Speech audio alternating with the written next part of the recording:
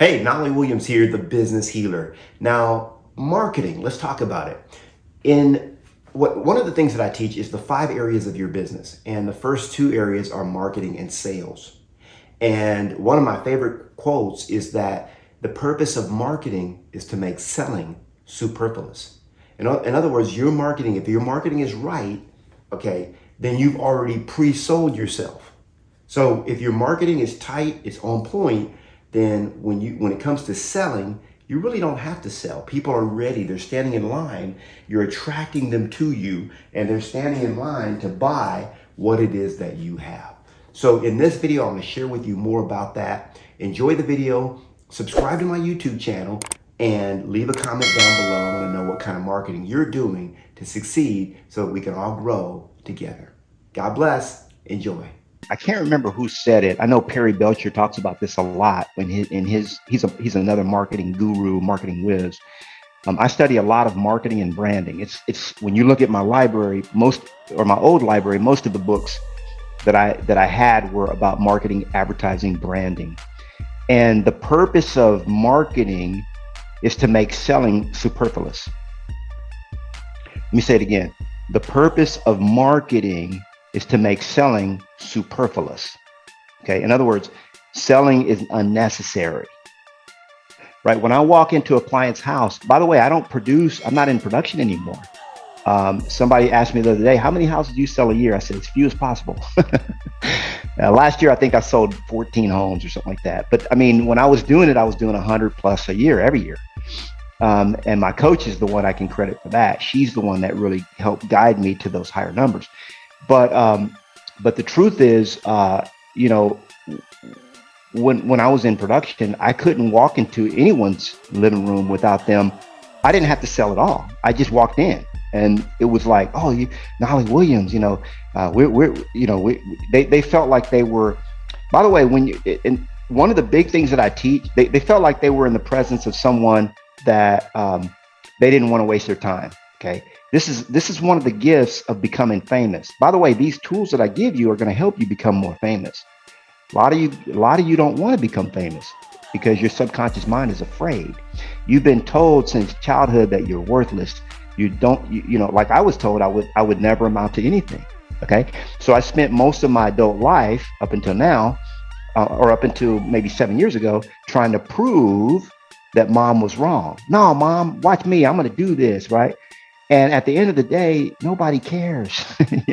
You got to do this for you, okay, and the God you serve. You have to be on this planet on purpose for the reason for which you came here.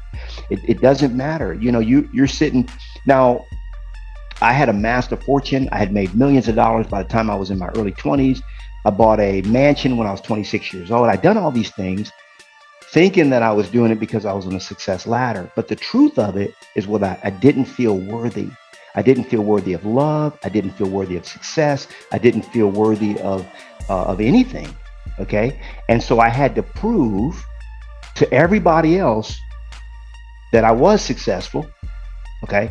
But in the reality, I was trying to prove it to myself, to my own subconscious mind. I was trying to say, yeah, you're okay, buddy. We can do this. And then guess what would happen? Remember, sometimes the enemy is the inner me. Okay. Sometimes the enemy is the enemy. And so the enemy would be like, fool, what are you doing trying to be successful? You know what your mom used to tell you. That's who you really are, right? And so then what would happen is I would sabotage my success. Any of you ever had sabotage your success? Like you were successful and then you did something to get off and the truth of the matter is that's where it all stems, right? So as we learn how the subconscious operates and as we learn how everything works, then we become almost like third party. Okay, we become sort of like on the side. We become the observer, as Dr. Hawkins would say. We become the observer, and so when the subconscious mind, and it still does it to this day. I walk on my back deck here. I walk outside and I see the ocean. Okay. And you know what my subconscious mind says? Do you really deserve this? I'm like, fool, I was born for this. What's up? This is my destiny right here. I don't know who that is talking. And I play around with it. Okay.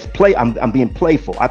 I pat him on the back like this. I say, you know what? I get that you're scared. I get that you don't want to do a video right now. I get that you're afraid. But you know what? We about to do this, baby. That's how we roll it, you know? And so I let the subconscious have its thoughts. I don't judge it. I don't give it condemnation or shame or guilt and all those other tactics that people try to throw on, because it's not necessary.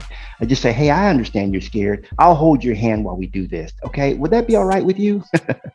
Because that's what's going to happen, guys. It's very important for you to understand that that's what happens and to overcome it. See, you cannot bully the subconscious. People say, oh, it's just willpower. Willpower doesn't work. Let me say it again. Willpower doesn't work. It'll work for 6 months or 3 months or 10 days or a 20-day challenge, but it will not carry you through the rest of your life. It will not. Okay. Because the subconscious mind cannot be overpowered by willpower, through it's got to be wooed. It's got to be like, hey, you know, I get that you're afraid, but let's do this together. I got this. You know, it's all right. You're going to move to Puerto Rico. What you mean you're moving? Man, that's stupid. You're afraid. I see how you are, but don't worry. It's going to be fun. It's going to be an adventure. See, and then eventually what happens is your subconscious mind gets on board with what you're doing. I talk about it in my books. This one right here, I talk about it in chapter 3, Success with Listings. See, and eventually what happens is your subconscious mind is like, man, this is fun. I like this. Can we get a bigger house? Yeah, we can get a bigger house. That's all right.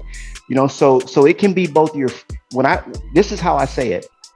Who is your worst enemy when it comes to reaching your goals?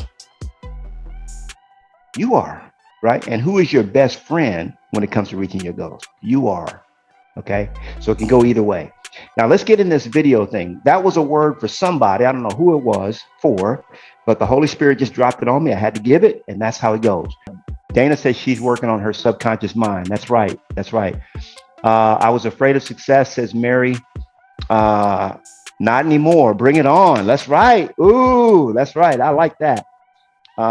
That's it. Yeah, Kimberly says I was preaching. Yeah, I was. I got the preachifying for a little bit there. So let me go back from preaching to teaching. He said, keep it going, keep it going. Hey, I hope you enjoyed the video. Hey, I want to invite you out to Knolly Coaching Club. That's right. The Knolly Coaching Club is where I'm able to teach, train, and coach you every single week to your ultimate greatness. Now you can join for just $1. Go to knollycoaching.com and I'll see you on the inside.